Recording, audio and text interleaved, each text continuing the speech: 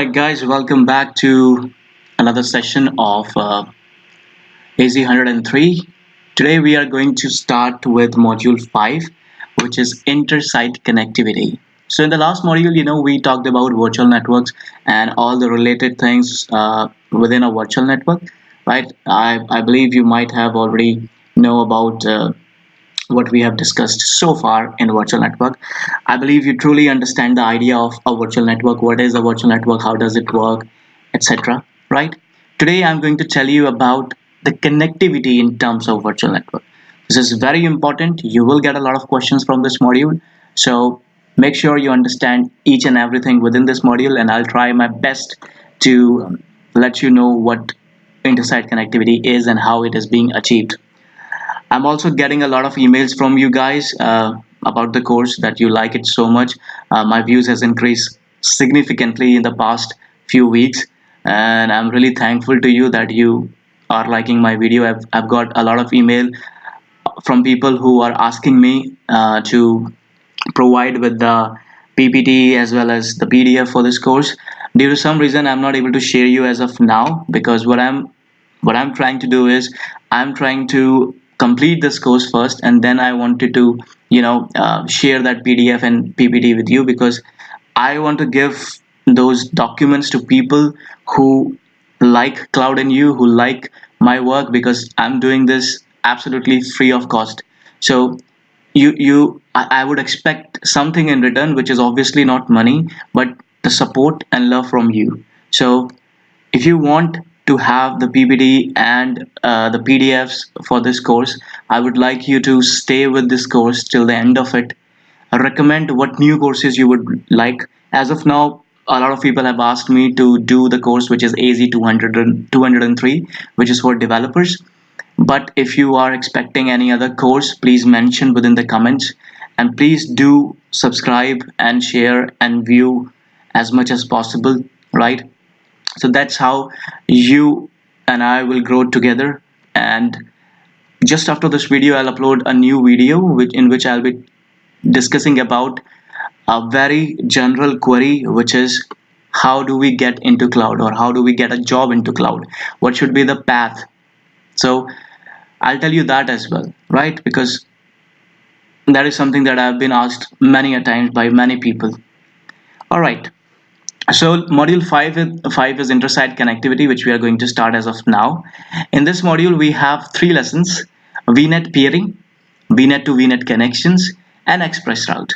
So one by one, we are going to cover each of them. So lesson 1 is VNet peering, which we are going to begin as of now. In this lesson, we have subtopics. First one is what is VNet peering. Second one is how do you configure VNet peering? What is gateway transit? What is global VNet peering? And then finally, service chaining. So before I start with the VNet peering, I would like you to, all of you would have, your environment created on Azure, right? So I told you in the first class itself that you should have your environment created on Azure. So as of now, the first and the last resource groups were by default created. The first one, as you already know, is for Cloud Shell, which it automatically creates. The last one is for NSG flow logs. I'll let you know about this, but these two resource groups are generally by default created, right? But my actual resource group on which I'm working is my RG, and if you look into this, I already have certain things within it. For example, I have a VM, I have an availability set, all those things. So I'll straight away go to the VM which I have. It was on stopped state. I would recommend stop your VM whenever you're not doing work on Azure, because otherwise if your VM is running, it will cost you money, and you will lose your credits on Azure very soon. Okay, I'm going to the networking part of it, and I'm showing you the network again. So as you know, it is inside my VNet 1 and subnet 1. So I'm going to that virtual network. So this is my virtual network, and within this virtual network I have a subnet, which is this 192.168.1.0/27. Now, before beginning this course, I would require one more virtual network and a VM deployed on that virtual network. So I would go to the virtual networks, and as you can see, I have already deployed another virtual network, which is my VNet 2, right? but this virtual network does not have any virtual machine deployed in it. There is no virtual machine in it, and it is using an address space, a subnet of 10.0.0.27. So the first virtual machine is on virtual network, which starts from 192 series. This one starts with 10.0 series. Why do I need two virtual networks here? I need two virtual networks here because I wanted to do VNet peering. One important thing to notice here is that both of these two virtual networks are in the same region, East US. So that means they are not in different regions. So the first thing that I'm going to do now is I'm going to go to virtual machine and I'm clicking on add.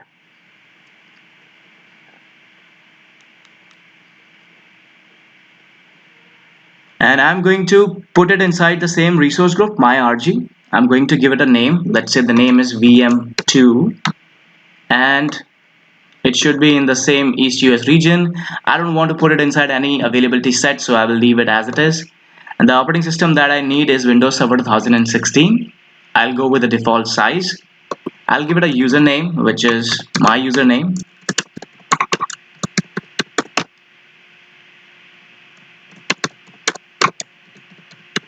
and a password. And it should be, it's a Windows machine, so I will allow port 3389 in here, right? Then I'll go to disk. I can choose any disk I want, so I'm going with premium SSD. No need to make any changes here. And I would make sure that this VM belongs to my VNet 2, because in my VNet 1 I already have a VM. I would see that it goes into the default subnets, which is my subnet, which was already created before. Network security group, I can choose the default setting. Public inbound port, I have already chosen RDP here. I don't need any load balancing as of now, so the rest of the options you can keep as it is. In management, keep the configuration as it is, no need to change it. Advanced, leave it as it is. Tags, leave it as it is. And review and create. Okay, so that is the second virtual machine in a different virtual network and in a different subnet that I'm creating in here. Let's move on to our PPT. Meanwhile, this virtual machine is getting created. So what is a VNet peering? And why should we do that? Right? Okay, let me go back to my paint here. And I have a lot of diagrams now, so I will be creating a new one. Okay, so if you remember from the previous classes, I told you that all kind of communication within a virtual network is by default allowed, right? Because we have an energy rule for that, which says by default all the VMs present in all the subnets within a virtual network, they can by default talk to each other. So let's say I have my VNet 1 and there I have some subnet, let's say subnet A, subnet B, let's say like this, let's write it like this, and so on and so forth. And within this subnets I have virtual machine deployed, right? So that's my virtual machine and that is also my virtual machine. Let's name it as VM1 and let's name it as VM2. Okay, now I told you by default all the communication between two virtual machines in two different subnet which are part of the same virtual network is by default allowed. They can interact with each other, they can ping each other, they are actually connected. But in the same environment, if I create another virtual network, let's say this is my second virtual network, and if I deploy the same thing, let's say it has its own subnet, right, just like the first one has, and it also has a virtual machine deployed on this subnet. For example, let's say in this subnet there is a virtual machine deployed, and let's say this is my VNet 2 and this is subnet 1. So in this kind of scenario, if I say and if I ask you that this VM should interact with this VM, will it be possible by default? No. By default, two virtual machines available in two different subnets in two different virtual networks, they do not interact with each other. They do not talk to each other. So how do we make sure that these two virtual network talk to each other, and subsequently all the virtual machine within those virtual network talk to each other? Basically, what I'm saying is, how do I make sure my two different virtual networks becomes one? Let's think about a use case scenario for that. Okay, let's suppose there is a virtual network where you have deployed, um, let's say, a domain controller, right? And in the second virtual network, you have deployed maybe a server on which you are hosting your web app, or anything for that matter. But this machine, you want it to be domain joined. How can this machine be domain joined if it cannot talk to your domain controller, right? Now, if you look at the by default scenario, this VM on subnet 1 cannot talk to the domain controller, and hence it cannot be domain joined. So I want to create a connection between these two virtual network, so that these two virtual machines can talk to each other, and subsequently I can make this VM on which web app is deployed a part of a domain, a member server in our domain. So in this kind of scenario, this is one use case scenario. There are tens of other use case scenario as well. In any situation where you want virtual machine in one virtual network, talk to virtual machine in another virtual network, you have to make sure that they do it with the help of something which is known as VNet peering. Okay, that's where you do VNet peering. Now, there are certain cases in here, certain cases in which you should use VNet peering, and how let's talk about those cases as well. Okay, first, if your one virtual network is, let's say, on an IP address range 192.168.x something like that, okay, and another virtual network is also on the same IP range 192.168.x, and their address spaces overlap with each other. That means the same set of IPs that you are using in your virtual network 1 are allocated in virtual network 2. Your VNet peering will not work. So for VNet peering to work, make sure your IP address spaces in both of your virtual network which you want to peer should not overlap with each other. That's first and the most greatest, you can say, prerequisite if you want to go ahead with virtual network peering. That's why if you look at my configuration, my one VM is in 192 series and my another VM is on 10.0.0. series. Right? Why is it so? Because I do not want overlapping IP addresses here. Otherwise, VNet peering will not work. Why not? Because there will be duplicate VMs with the same IP address. So there will be a VM in this subnet which will be also having 192.168.1.5 IP. Here also it will have 192.168.1.5 IP. Right? That's the first thing. VNet peering are also of two kind. First one is known as regional VNet peering, and second is known as global VNet peering. What's the difference between the two of them? A regional VNet peering happens when both of your virtual network that you want to peer are on the same region. Global VNet peering is when both of your virtual network are in two different Azure regions. That's the difference between regional VNet peering and global VNet peering. I'll tell you some backstory over here as well. Global VNet peering has been introduced recently. Previously, there was only VNet peering at the regional level. So if you have two virtual network at the same in the same region, we used to have regional VNet peering only. But later on, Microsoft developed solutions, and now we can also have global VNet peering between two virtual networks.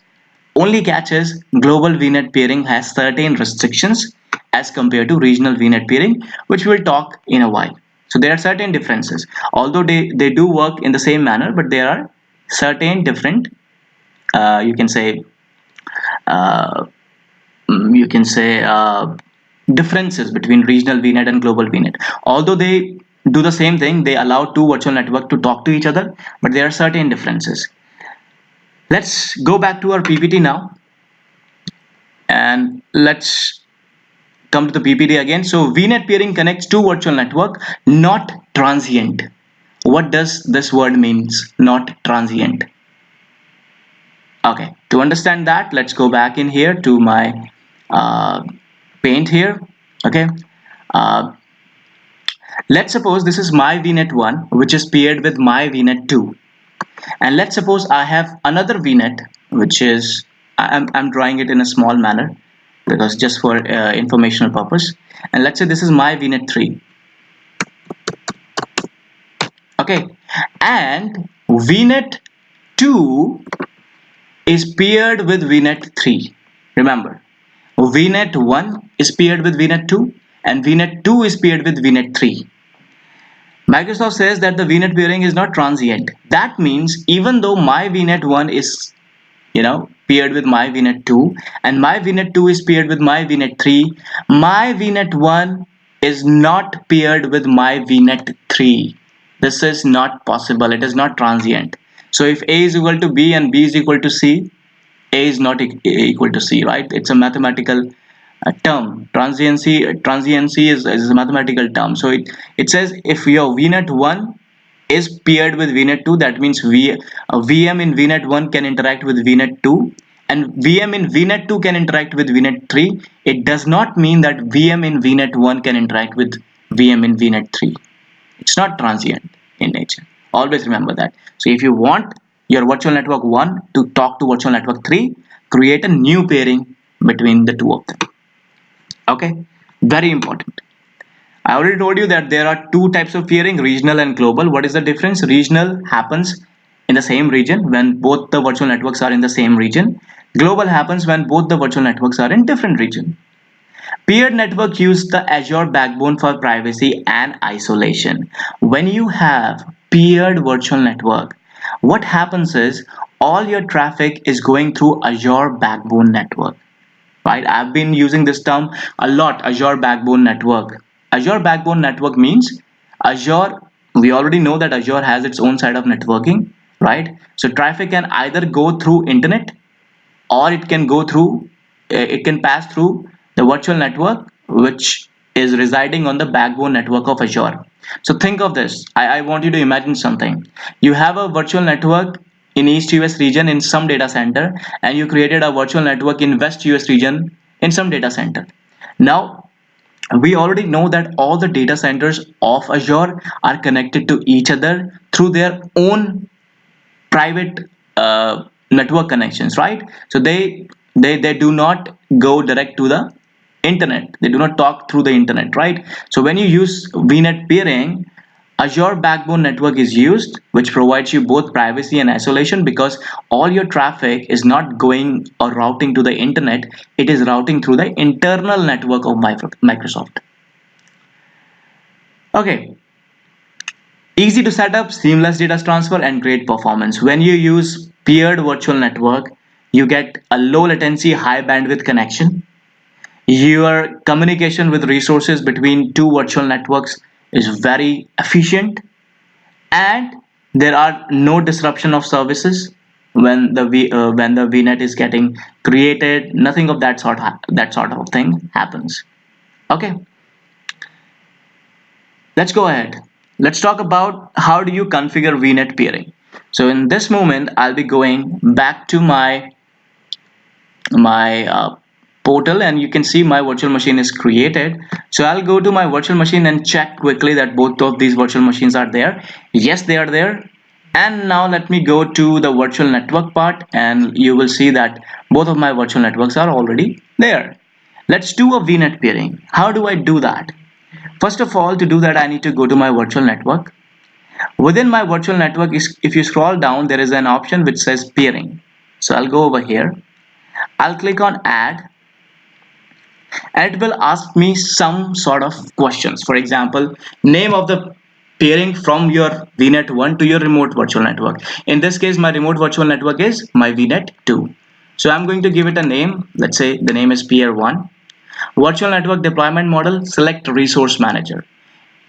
If you are new to Azure, do not select Classic, because Classic was basically people who were using older version of Azure Virtual Network. So it's not required as of now. Subscription, then select the virtual network. When you drop down the virtual network, you will see all the virtual network to which you can peer with the existing virtual network. Now in this scenario, your virtual network can lie in the same region. If it is in the same region, the virtual network peering will be called regional virtual network peering. But if it is in another region, it will be called as global VNet peering. In my case, it lies in the same region, so I am using this. Now it also creates a peering from my VNet 2 to my VNet 1. So peering is a two-way process. It happens from my VNet 1 to my VNet 2 and my VNet 2 to my VNet 1. So this name I will write as peer 2. Okay, there are certain settings in here. For example, allow virtual network access from my VNet 1 to my VNet 2 and allow virtual network access from my VNet 2 to my VNet 1. I'll tell you what this is. In certain scenarios, right? In certain scenarios, when you create a VNet peering, let me just remove the third one. When you create a VNet peering, the direction also matters. So in VNet peering, both kind of communication happens. That means communication from VNet 1 to VNet 2 is there. Communication from VNet 2 to VNet 1 is also there when you create a peering by default, right?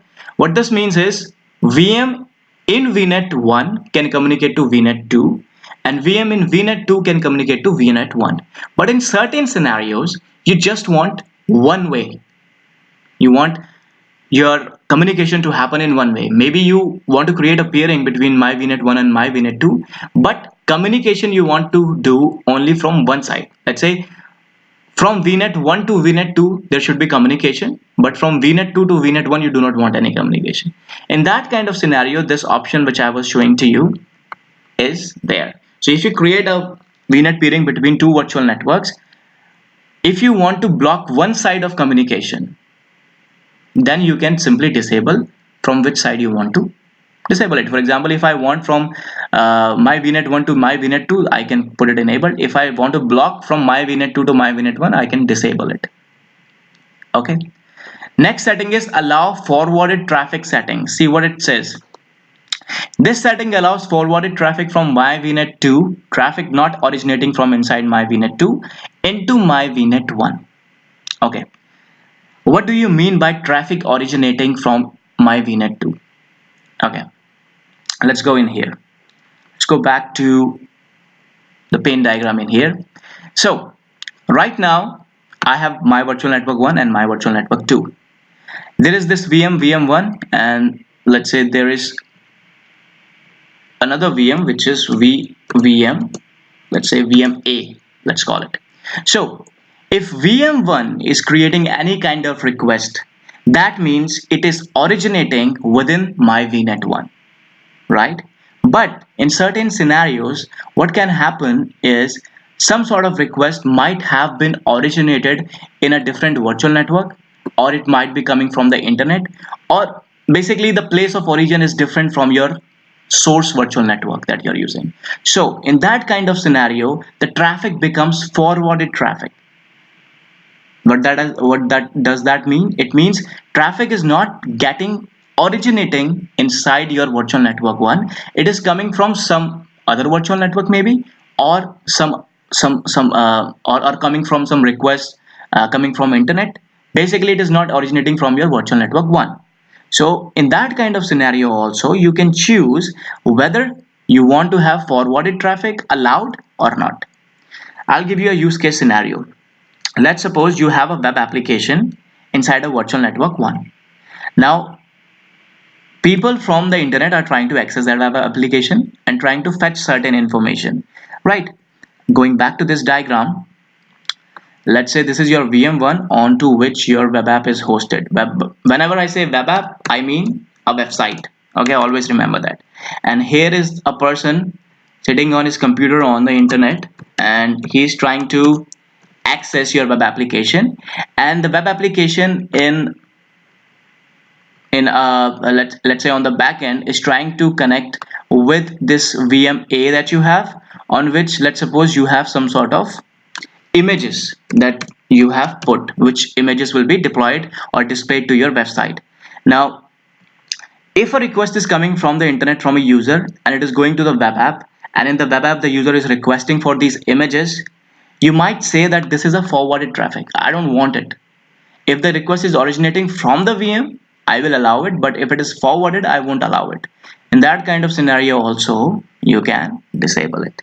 So allow forwarded traffic from VNet 1 to VNet 2 and VNet 2 to VNet 1 is by default disabled, but you can enable it if your current if your configuration or if your requirement wants so. Okay. The next option in here is configure gateway transit. Let's say what gateway transit is.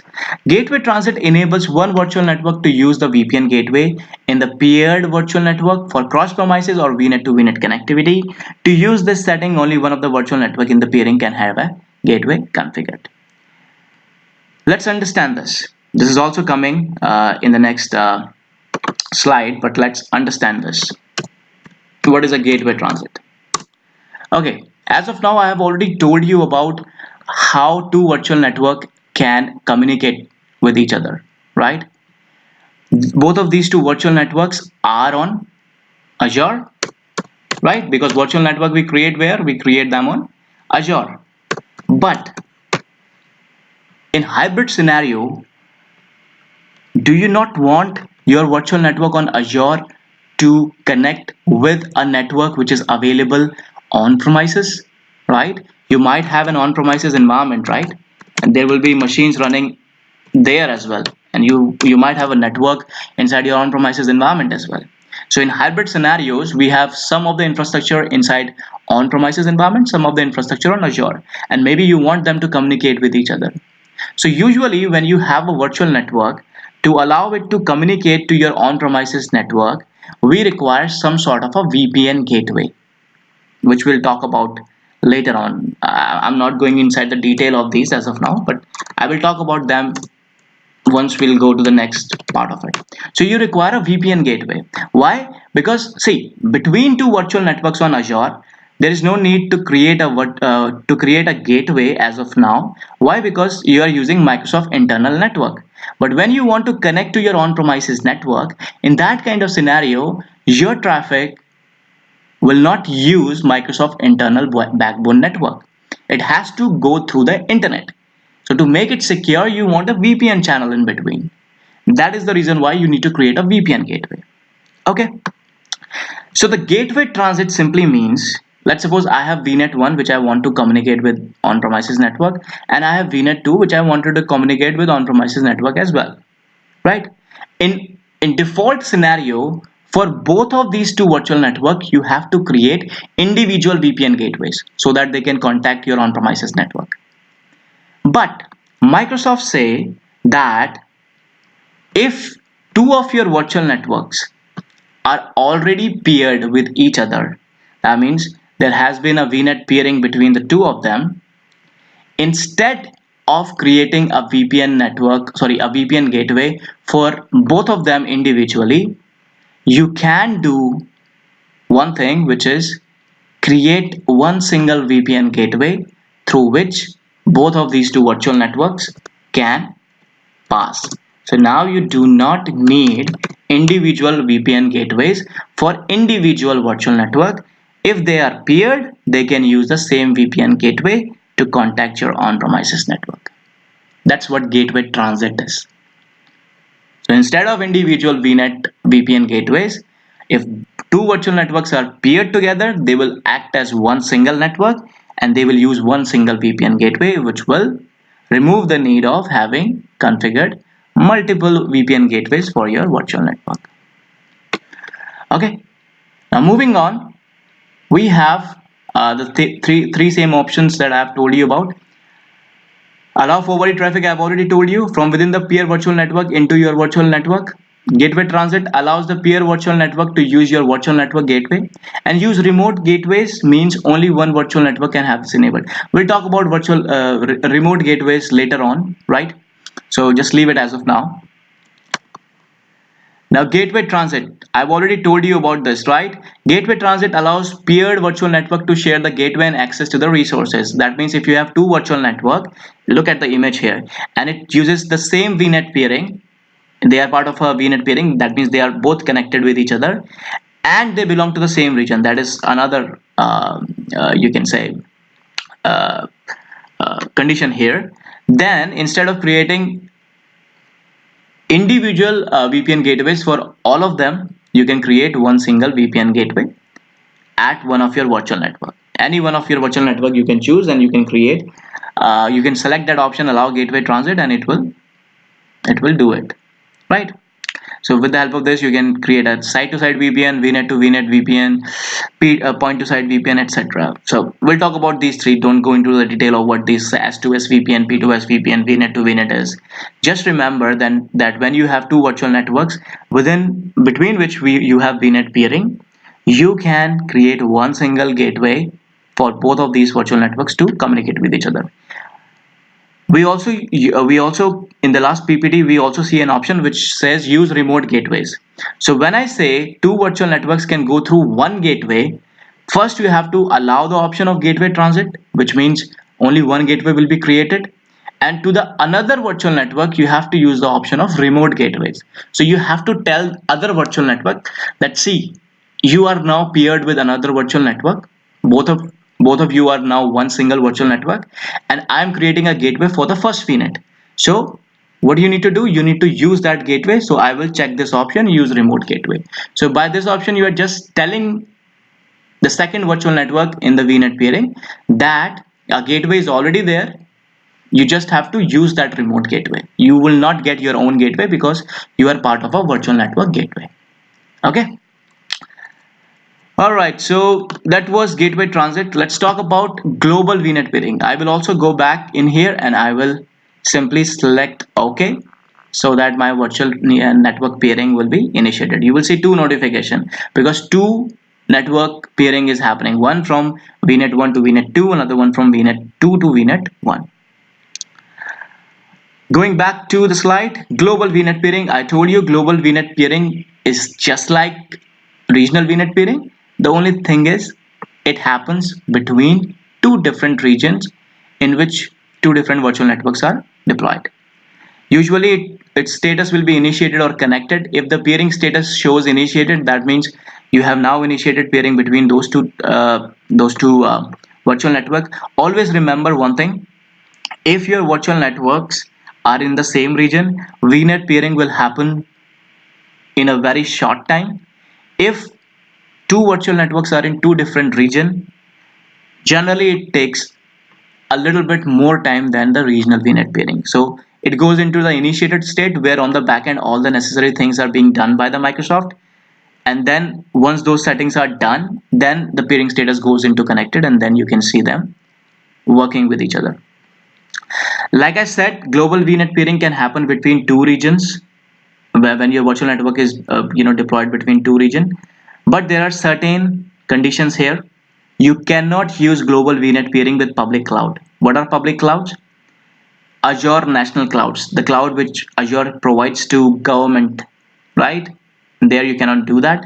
Virtual network resource limitation. Resources in one virtual network cannot communicate with the IP address of Azure internal load balancer in the paired virtual network. So there are certain limitations. For example, if you have some virtual machine in a virtual network, right? And in second virtual network you have a load balancer, internal load balancer. So that is something that in global VNet peering you cannot access. Okay, so VM to VM there is no problem, but VM to load balancer deployed in a different virtual network or a paired virtual network is not possible. No transitivity. So just like normal VNet peering, if VNet A is paired with VNet B and VNet B is paired with VNet C, by default VNet A will not be automatically paired with VNet C. And if you have high performance virtual machines, in that kind of scenario also there are certain limitations. Service chaining. So what is service chaining in here? Okay, if you remember in the last module I told you about user defined routes. Anybody remember user defined route? If you do not remember user defined route, go back, read what user defined route is, and come back to me and watch this video. But to those who remember, you will remember that when you have a virtual network, within the virtual network you have a subnet. So let's say this is my virtual network. Within the virtual network you have a subnet, right? And within the subnet you have your virtual machine. So in the last module I told you that by default this machine has access to the internet. Remember? Now I told you in certain scenarios you want to restrict the traffic which is coming or out, which is going out of the subnet, to be filtered through some of your network appliances. So by default, if you look at the NSG rules, which I have already told you in the last class of module 5, by default in the NSG rules there is a rule which says from source to destination on any port allow internet, which is applicable at the NSG applied at the subnet level. But if you want this VM to have all the outbound traffic going through a network appliance, you need to create a UDR or user defined route, which can have on the back end can have another network appliance that you're using, which is basically filtering all kind of your outbound traffic or inbound traffic. Okay, let's say this is your network appliance, right? So that's what UDR does. UDR is applied at the subnet level, and it basically describes how your traffic will route and bypass the default routing which Microsoft has given to you. Now coming back to service chaining. Service chaining leverage user defined routes and service chaining to implement custom routing. Okay, so this is just opposite of having a virtual network, a VPN gateway, right? What this means is, see, if you have multiple virtual network, they will have multiple subnets, right? Each subnet will use some sort of, you can say, UDR or user defined routes, right? Now Microsoft says that instead of creating individual UDRs, right, and assigning it to the subnet, why don't you do one thing? Let's suppose you have two virtual network. Let's say this is the second one, right? Just imagine it has also the same subnet and the VM within the subnet, and it also is using some sort of user defined route. So Microsoft says instead of doing that, why don't you create a third virtual network? Make sure, let's name it as VNet 1. Let's name it as VNet 2. And remember, VNet 1 is not paired with VNet 2.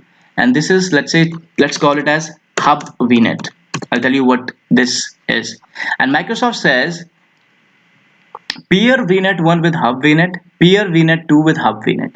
In Hub VNet, deploy whatever network appliance or whatever filtering tool you want to deploy within it, right? Once you have VNet 1 paired with Hub VNet and VNet 2 paired with Hub VNet, what they will do is instead of using the UDRs, now you can use a Hub VNet where you have dedicatedly created it to deploy your uh, to deploy your network virtual appliance, and all your virtual networks which are paired with it, their traffic will be routed by it. Okay, so in a paired virtual network, when you have a paired virtual network, in that kind of scenario you can have a Hub VNet where you have deployed your network virtual appliance, which allows all of your outgoing traffic which is emerging either from VNet 1 or VNet 2 to be filtered here. So instead of using UDRs, you can also use hub VNet, which is a part of service chaining. Coming back to the PPT, it says implement a VNet hub with a network virtual appliance or a VPN gateway. I mean, all kind of resources that you want to share across virtual networks which are peered, you can put it in here in a different VNet, and you can simply peer it with them. Service chaining enables you to direct traffic from one virtual network to a virtual appliance or virtual network gateway in a peered virtual network through user-defined routes. That's what it does. Okay, so this is lesson one. We are almost done. If you have any questions, you can ask me. Meanwhile, I will refresh it and I will see that my peer status is connected. I will also go and check at my VNet 2. Does I also have a peer connected? So I'll go over here and it says peering is connected. So how do I test whether my peering is working or not? Okay. To do that, I will log into both of these VMs one by one. First, I will log into VM1. You know, VM1 is deployed in VNet 1, right? So I will just log in here and download RDP file. Let me just check one thing. Yeah. So let's connect to it. If you remember in the last class, if you have been following my videos, in the last class, I told you that I changed the default RDP port to 8991. So I cannot access this VM, right, directly on port 3389. So RDP file won't work. So I have to write the IP address, the public IP address of this VM, followed by my custom port number, which I'm using, right? I have to write my username and password, and I'm connected to VM1. Similarly, while it is getting connected, I'm going to VM2, and VM2 is by default on RDP port 3389. So here you can download the RDP file because I have not customized the RDP port here. So I can simply double click on that, username, password, and there you go. I'm connected to VM2.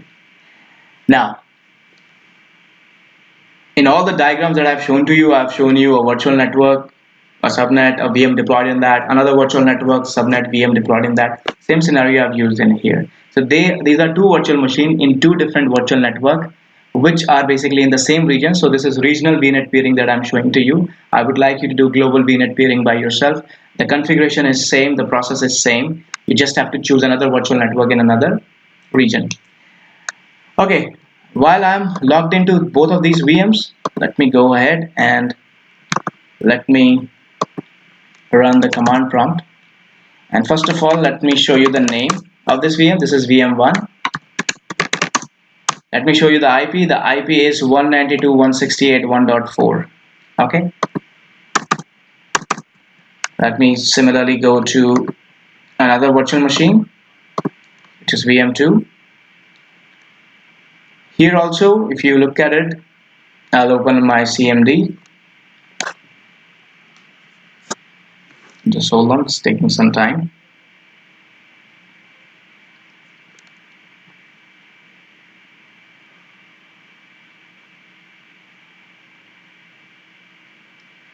Okay, let's wait for it. Low on memory. Okay, I might need to increase the memory of it. I might have chosen a lower size. So for that, what you need to do is you need to go to the size and choose a size which is bigger. So I'm using a very small size with 1 vCPUs. So let's make it 2 vCPUs and 7 GB of RAM. Let's resize it. It will restart the VM. So these kind of things will happen, right? Because I'm doing it on an ad hoc basis. So you might be ready to troubleshoot all these issues that will come. That is why I do live session, because if you are prepared to do something, you will only tell people what you know. You will not tell people the troubleshooting which will come in between. So if you're really good onto Azure, make sure you can do live troubleshooting and you can answer a question which comes live, right? So resize has been done. Once you do resizing, always remember, once you do a resizing of VM, the VM goes into a restart state. So it can take somewhere around 2 to 5 minutes for your VM to be up because it has just rebooted, right? So let me try now. Download the RDP file, connect, and it is available. So let me just log in, and yes, it is available. So just resize the VM to a higher configuration. I think it should work now. Yes, it's there.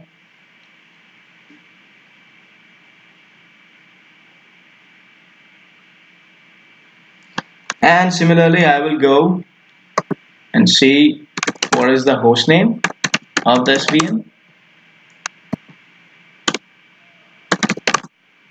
and what is the IP address. So it's 10.0.0.4, right? So you know that both of these two IP addresses are from different virtual network, but they are paired now. So will I be able to connect to 192.168.1.4 as of now? That was the IP, right? So if you go back to VM1, this is the IP, right, of the first VM, and the second VM was 10.0.0.4. So what I'm trying to do over here is I'm trying to ping 10.0.0.4 because if it is paired, it should ping, right? I'll do that, and I will see that this is not pinging. So what is there which is not allowing it to ping? You can mention that in comments if you get it right. So basically, if you do this and if you see that it is not pinging, that is because these two virtual machines, although they are connected together, they are now part of a virtual network pairing. There is something which is blocking it, which is obviously your virtual machine's firewall. So go to your firewall settings, turn off your firewall. This is what I've done on virtual machine 1, and the same thing I will do on virtual machine 2.